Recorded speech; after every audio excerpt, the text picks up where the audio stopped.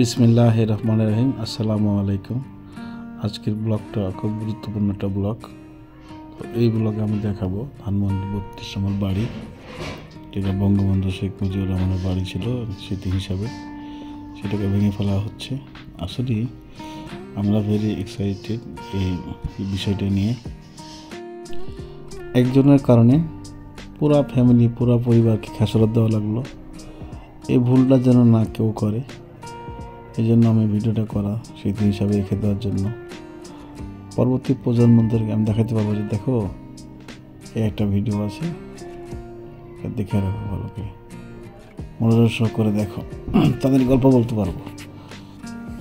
তো আমি যখন ছোটো ছিলাম, আমি ঢাকা যখন আসি, সালটা ঠিক মনে নাই, কিন্তু আমি যখন এটা ঘুরতে আসি 2003 অথবা 2004 হবে, তখন আমি এটা দেখতে আসি বঙ্গবন্ধুর বাড়ি, জাদুঘর। তখন এটা জাদুঘর নামে পরিচিত ছিল। আমি দেখছিলাম সোজা সাজানো গোছানো বাগান বাড়ি, অথবা 2 টাকা না 5 টাকার টিকিট ছিল, অথবা ফ্রি ঢুকছিলাম, যাই হোক এরকম কিছু হবে। তো দেখেন আঙ্কেল কীভাবে তার সমস্ত শক্তি দিয়ে ভাঙতেছে, তার উদ্দেশ্য রডগুলো বের করে নিয়ে যাওয়া। ওই পাশে দেখতেছি অনেক মিডিয়া, একজন ভাইয়া বক্তব্য দিচ্ছেন, অনেক লোক শুনতেছেন তার বক্তব্য, কেউ কি দিচ্ছেন।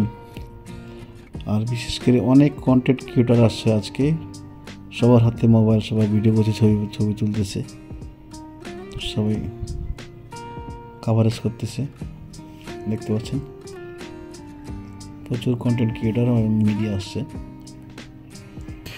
সবাই নষ্ট না করে আমরা ভিতরে যাব, ভিতরে যে পুরো বিল্ডিংটা আপনাকে কাভারেজ করে দেখাবো, আশেপাশে দৃশ্যগুলো কী হয়েছে না হয়েছে।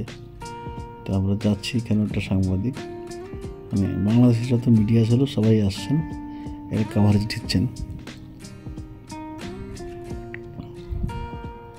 ইতিহাস, চরম ইতিহাস। 18 বছর যাবৎ এই রোডটা বন্ধ ছিল। আশেপাশের লোকজন অনেক উজ্জীবিত, খুশি। আশেপাশের বাড়ি যারা মালিকানাধীন আছে তারাও এসে বক্তব্য দিচ্ছে যে আমরা অনেক নির্যাতিত ছিলাম, এই রাস্তা চলাফেরা করতে পারতাম না, ঘোরাফেরা করতে পারতাম না, গাড়ি নিয়ে গাড়ি আশেপাশের বাড়িগুলো তো গাড়ি নিয়ে আমরা চলাফেরা করতে পারতাম না। তারা মিডিয়া কভারেজ দিচ্ছে।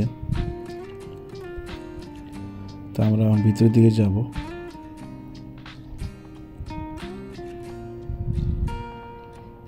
সিঁড়ি রেলিংগুলো খুলে নিয়ে গেছে, এই জন্য সিঁড়িগুলো পাতলা মনে হচ্ছে, চিকন মনে হচ্ছে। আসলে চিকন না, রেলিং থাকলে বলে দেখাতো।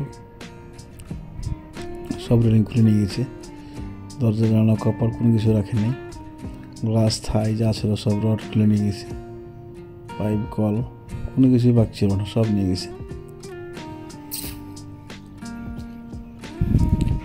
এখানে দেখছেন এক ঝাঁক মিডিয়া, তারা ক্যামেরা ফিট করে রেখেছে, পুরো মিডিয়া কভার নিচ্ছেন। আমরা এবার আপনাদের পাশের বিল্ডিংটা দেখাবো। আমি শিওর না কোনটা আসল বিল্ডিং, 2টা বিল্ডিং, একটা ছিল জাদুঘর, একটা হলো গিয়ে বঙ্গবন্ধু যেটা বিল্ডিংয়ে থাকতো, শেখ মুজিবুর রহমান যে বিল্ডিংয়ে থাকতেন।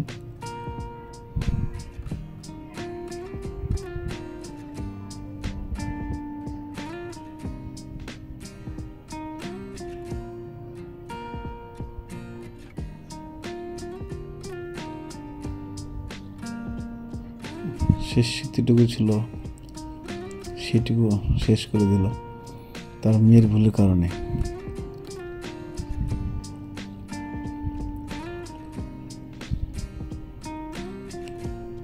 স্ট্যাটাস, পুরো দেওয়ালে স্ট্যাটাস দিয়ে রাখছে, স্ট্যাটাসগুলো একটু দেখেন।